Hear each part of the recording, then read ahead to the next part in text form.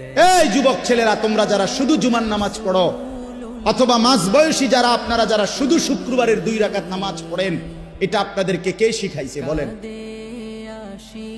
কার থেকে আপনারা এটা নিলেন?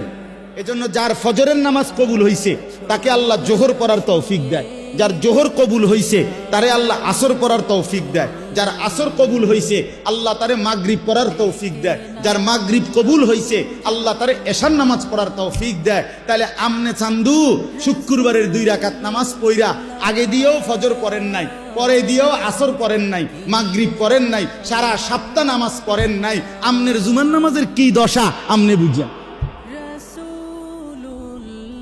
হ্যাঁ, কে বলছে বলেন? কোন আলেমে দ্বীন কোনদিন আপনাদেরকে বলছে যে এক মুসলমানের জন্য নামাজ শুধু শুক্রবারে?